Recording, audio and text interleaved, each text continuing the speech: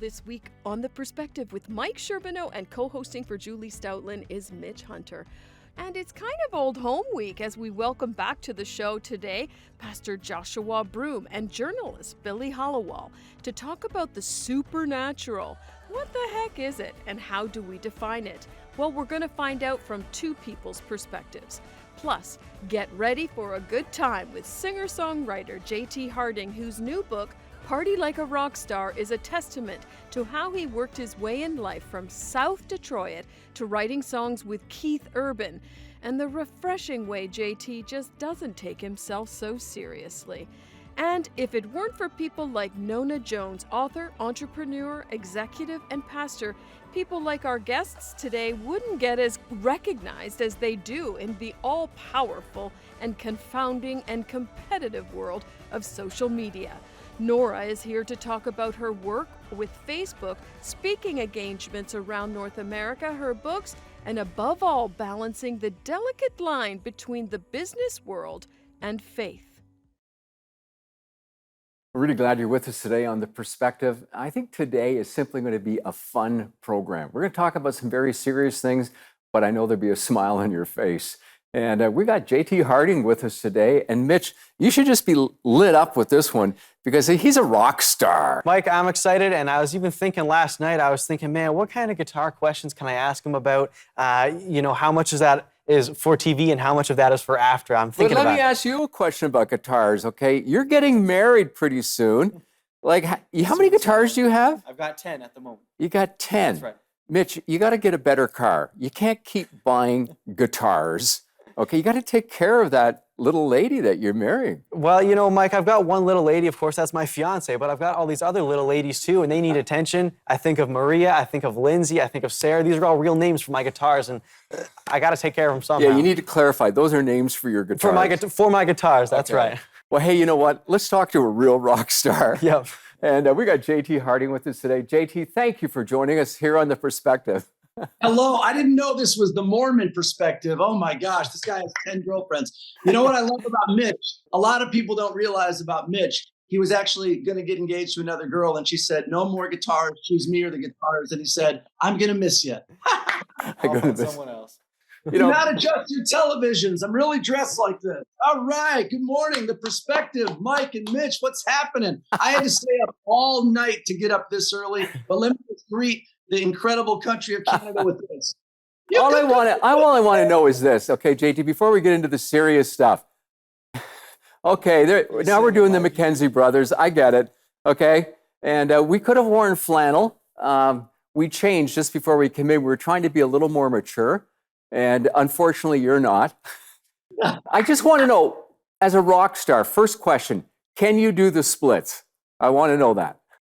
Oh, that's a great question, Mike. I can't, but as a kid growing up in Detroit, Michigan, which a lot of people say, is actually Canada. I'm from South Detroit. I would jump off the drum riser and do the splits. I was always the lead singer of the band, true, because I can't really play guitar very well, and I can't play drums or piano, but I knew how to pose and pout and get the audience going. You're the front man. That's good. You're the front man.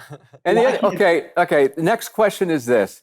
How come I have to wear such a boring jacket and rock stars, they just get to live the dream? What's that all about? And did you tackle a leopard to get that thing or what? No. Oh, wow. I like it. This guy's fired. No, man, I raided Don Cherry's closet before I came on. Thank you. Yeah. By the way, I was talking to Jeff, your great producer, and he loves music. He said, I was in a boy band in Toronto. I said, I think I've heard of you. He said, really? I said, yeah, New Kids on the Ice Skates. Thank you. Well, it's great to be here. And I have a huge connection with Canada. Growing up in Detroit, all the music would come over. Bryan Adams. I literally would study Bryan Adams songs. I don't know how to read music, but I would kind of, when other kids were dissecting, grasshoppers, I was dissecting Bryan Adams songs. And that's not a joke. And it's made all the difference in my hit writing. But great to be here. Well, you know what? And God has allowed you to have an amazing career. You've written a book called Party Like a Rock Star. Tell us about that and what was the motivation for writing that book?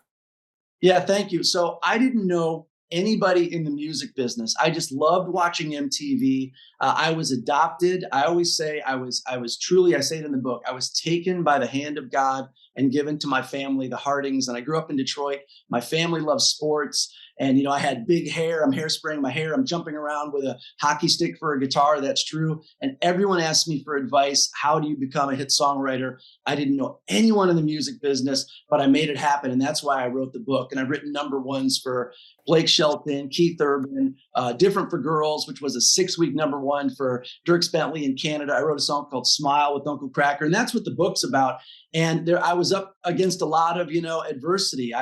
Thanks to the music business, my heart has been broken more than the ice cream machine at McDonald's in Toronto. But I kept going. I kept having faith, and that's what the book's about. Party like a rock. It's a roller coaster ride, baby. Well, JT, tell me more about that, because I've always heard that the music industry, it's tough, it's unforgiving, it's often, very often, very hard to break into. But you just said that the music industry actually helped you and was something for you to hang on to. So just tell us about your relationship with the music industry. Oh, thank you. Well, the music industry, listen, if it was easy, everybody would do it, but it's very hard to break into. But it was just something, I guess I don't say this a lot, but I'll just say I think it was my calling, and I was given the gift of being able to figure out how to write songs, even in a simple way. So I looked on the back of all my CDs, and they all said California. So after high school, I beelined to California. I didn't have the internet then, so you couldn't just look up record companies. Also, for your youngsters, I didn't have Instagram. So to show off my clothes, I had to walk to the pencil sharpener twice a class in high school to show off my outfit. So I didn't have the internet. I had a demo tape, but you couldn't just call a record company. The phone numbers aren't in there. And the gates of the record company seemed as big as the Jurassic Park gates. You couldn't get in. But here's what I did. I knew a girl whose roommate worked at FedEx. So I borrowed the FedEx jacket, and like Obi-Wan Kenobi, tap dancing into the Death Star, I passed every security guard, every promotion guy chewing on a golf tee, and I sauntered into every record company and put my demo CD in every mailbox. And I just did whatever it took, and it finally happened, but it was a long road. Wait, so let me ask you a little bit more about that. I'm thinking that's a really cool story, by the way, just doing what you got to do. You got to steal a FedEx costume, you do it. But you got into the music industry, and now I'm thinking about this, just your journey growing up in Detroit, breaking into the music industry. Tell us, what role do you believe that God played through your journey?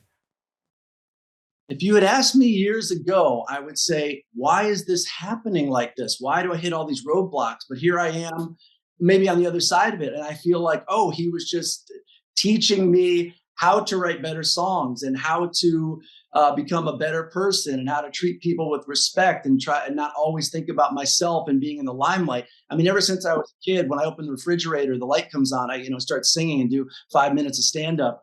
So that's what I think, and it's all in my book, but I love sharing the stories. I had 2 record deals, lost them both. Real record deals, big money, limousines. I made an album with John Mellencamp's band. The records never came out. I don't know why. Then the band Linkin Park, I got a job working for them because I wanted to stay in the music business any way I could. They started letting me open up for them. And I got to tell you, man, if you ever get a chance to stand on stage and hear 30,000 people screaming, "You suck, you suck," it's a magical moment. It gives you a chill. I get booed off stage opening for Linkin Park. Anything not tied down was being thrown at me, and a quarter hit me and actually split my head open. The picture is in the book. Check this out. The next day in the newspaper, there's a giant review of Linkin Park and a huge picture of the lead singer, Chester Bennington, and I. His arm is around me. I'm bleeding from the head. This is all true. And at the end of the review, it said, the opening act was a one-man band. Despite bleeding from the head, he finished a 2-song promising set. Somebody saw that review. They found one of my old forgotten CDs. They called someone in Nashville and said, "You got to sign this guy." So all I've had is roadblocks, twists and turns. It's kind of like that Rascal Flatts songs that I didn't write. God bless the broken road that led me to you. So I think God just taught me to persevere. I know it's a long answer, but boy, is it a good story. Well, that's an even more powerful story as you just shared that. And it's going to lead us as we're going to take a short break and come back. But I want to talk about 2 initiatives that are close to your heart, because you've tasted the bitter water. You've tasted the pain, and you've seen the other extremes and how God has brought you through. We want to hear about that. We're talking today with JT Harding, and regardless of whether he can do the splits or not or wear a leopard suit, I am just glad that he's here. And JT, stay with us, and to our listeners, stay with us. We'll be right back. Woo!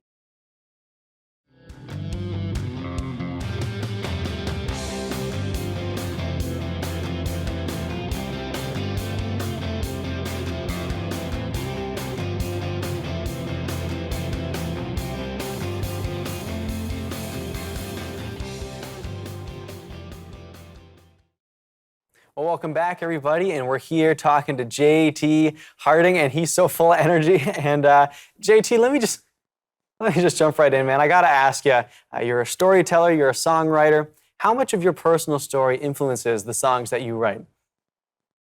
That's a great question, Mitch. I write songs the only way I know how, and I just fill them up with personal details of my life. So I wrote a #1 song for Kenny Chesney, thank you, called Somewhere With You. And people always say how descriptive it is. And I just described what I was going through. We were on a carnival ride. It was a Saturday night. You made fun of me for singing the song that I liked. So I just loaded up with personal details. The song Sangria that I wrote for Blake Shelton, I'm not a big drinker, believe it or not, but I would see the word sangria on menus in New York City and Little Italy. And I thought, what a cool word. So I kind of found out what sangria was. So I would say it's all, pretty personal. Mike, is that you enjoying a candy bar over there? Yeah. He's snacking.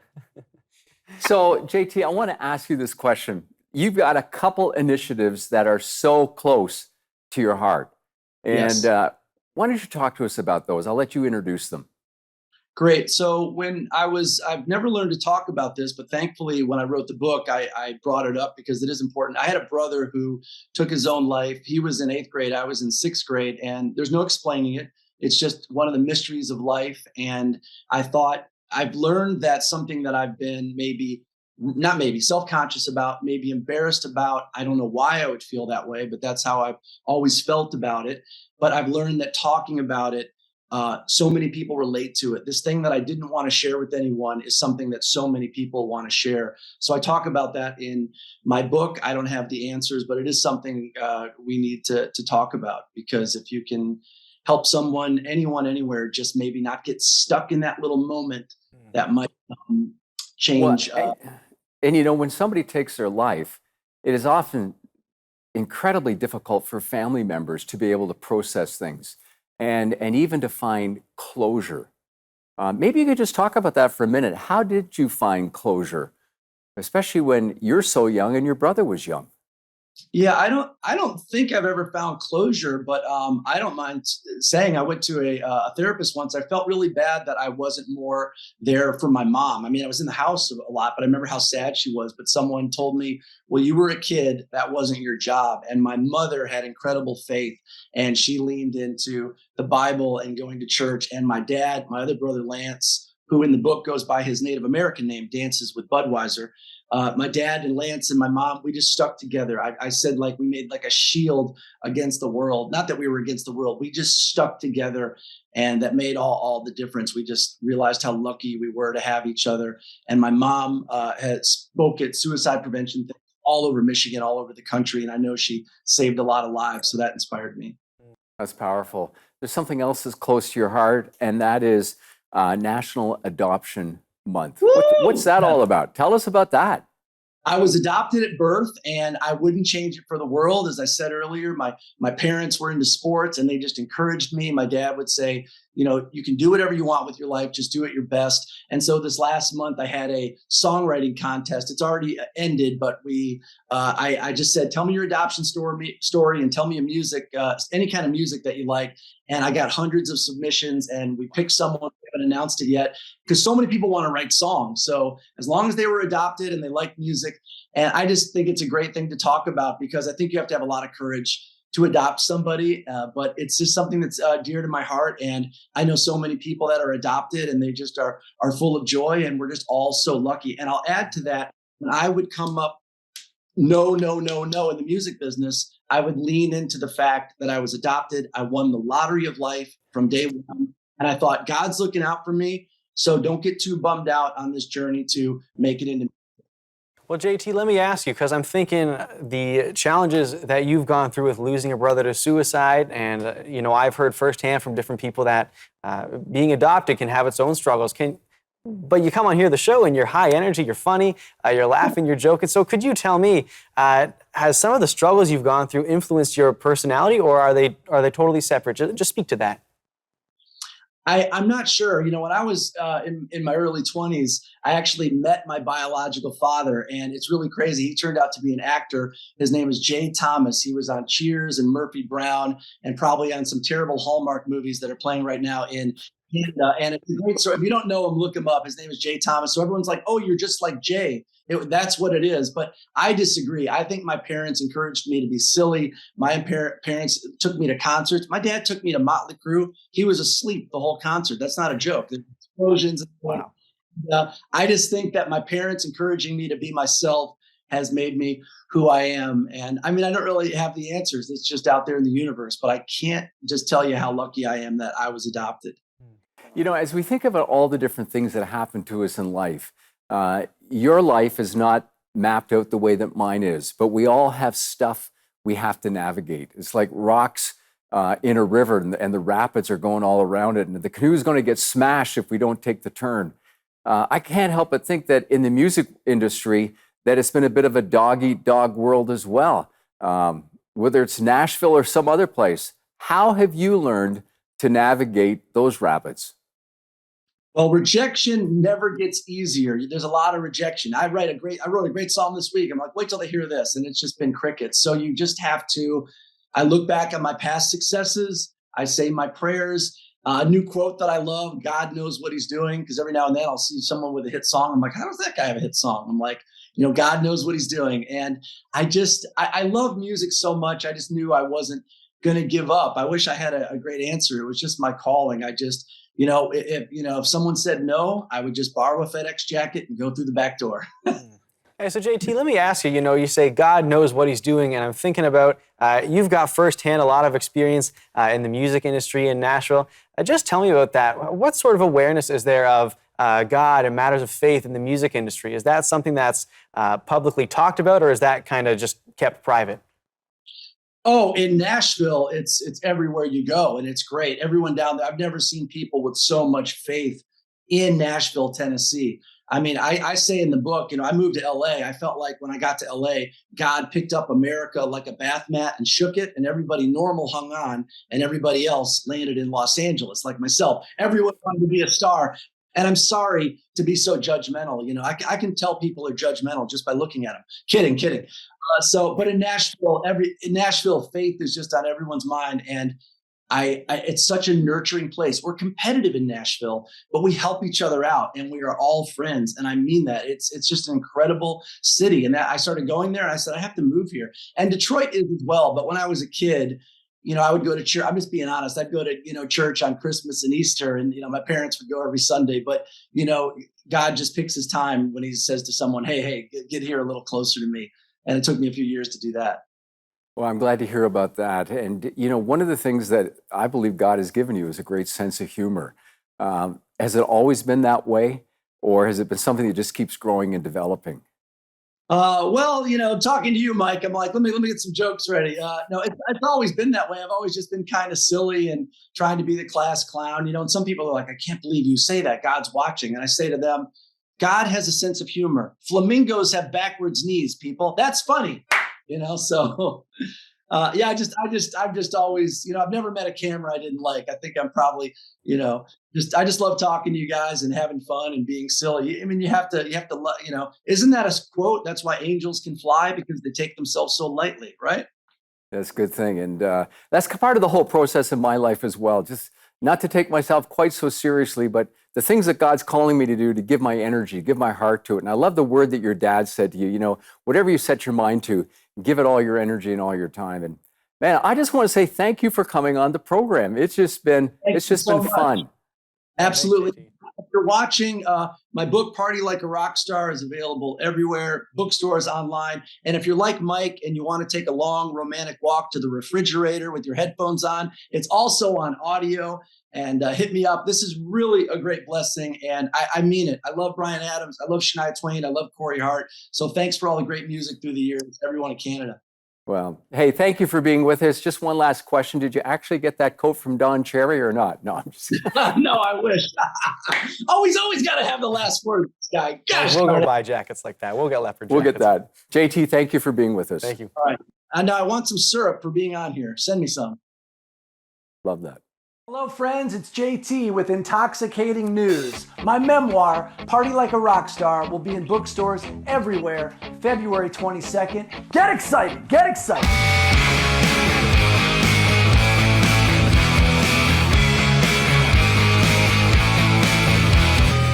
I was born and raised in South Detroit. I didn't know anyone in the music business, but in this roller coaster ride of a book, I tell you all the fun secrets of how I did it, like borrowing a FedEx jacket to sneak into record companies with my demo.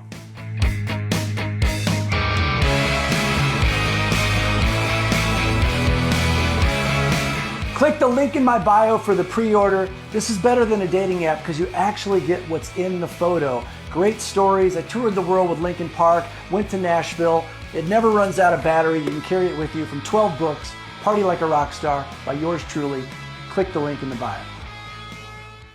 Well, welcome back, everybody. We've just come out of our time. We've been doing these interviews with J.T. Harding, and he was the one who wrote that book, Party Like a Rockstar, you just saw. And Mike... It was so good. He was so high energy, and I felt a little silly. I mean, I'm wearing this dress shirt, and I dressed all nice You and look sharp. so boring. Well, compared to JT, I sure did. I think after the show, I'm going to go out, and I'm going to buy a leopard jacket, and I can match him. Yeah, he was so high energy. But you know, something I really appreciated about JT, one of the things he shared, just his difficult story growing up in Detroit and some of the challenges he had with, think about adoption, losing his brother to suicide, and all these different challenges. Those but are huge. they're, Absolutely. but I've never gone through anything like that. But to say that now he's able to look back and say, you know what, God walked with me through it all, and God has guided my steps so that I would get to where I am now, I just think that's incredible. And I think the interesting thing is we're not all going to be comedians. Like, he is just naturally funny, and he can see the funny side of life. Right. But the reality of it is he's discovered a truth that God was leading him and guiding him. And if I could say something to you today, you know, your story is not J.T. Harding's any more than mine is. But I want you to know that God is leading you and guiding you. In a couple moments, I'm going to be teaching again on the life of Moses. And as we come into Exodus chapter 2 and 3, we see how God is fulfilling his promises, and he is leading Moses even through a difficult time so that he can eventually be the one to lead the nation of Israel. Don't doubt that God is scripting the story of your life. He's asking you to trust him in the midst of it.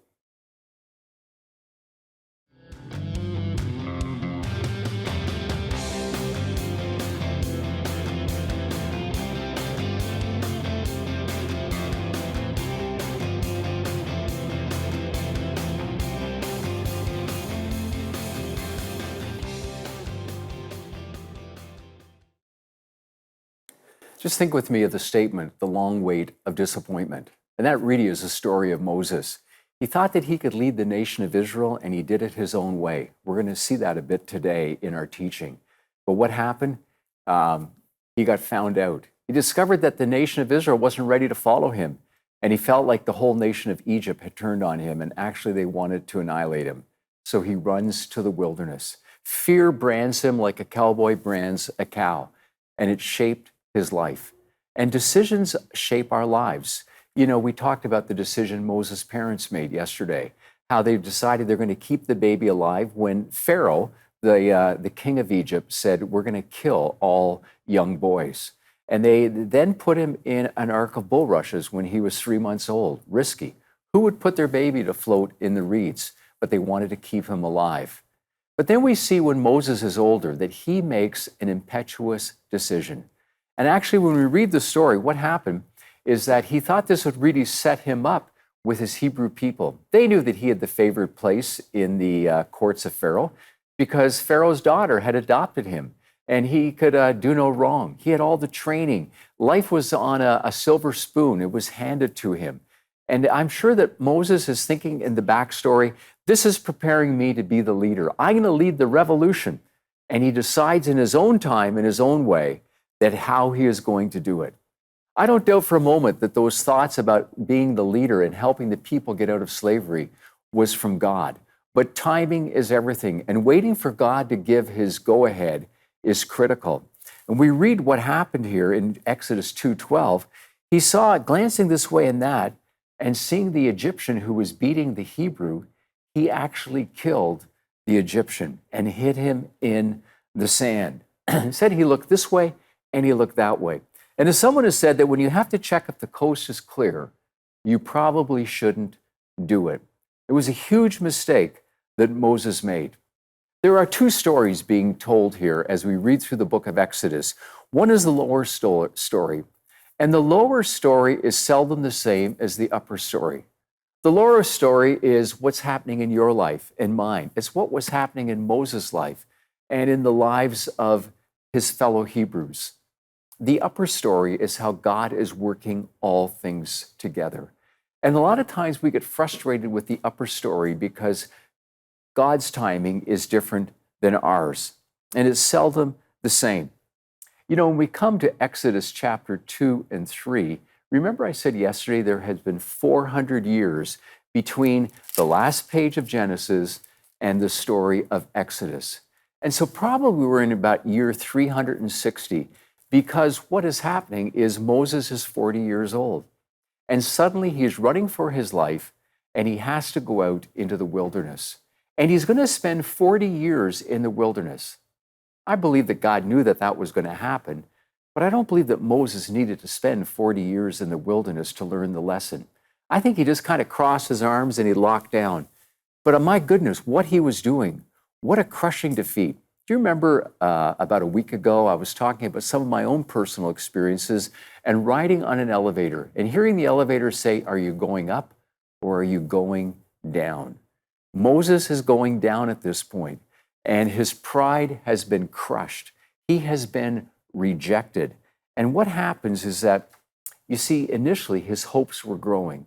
He's looking at his background, he's looking at his story, and he's saying, you know, it's just a natural thing that God has created me to be the leader. And it was. He was reading it right. But when he took things into his own hands, God had to teach him that in his arrogance and in his pride, in his strong will, that that's not what God needed. God didn't need that. He needed someone who would surrender. And after 40 years in the wilderness, it's very interesting how Moses is described. He is described as a meek person, the meekest man who ever lived. Meekness is not weakness. It is power under control.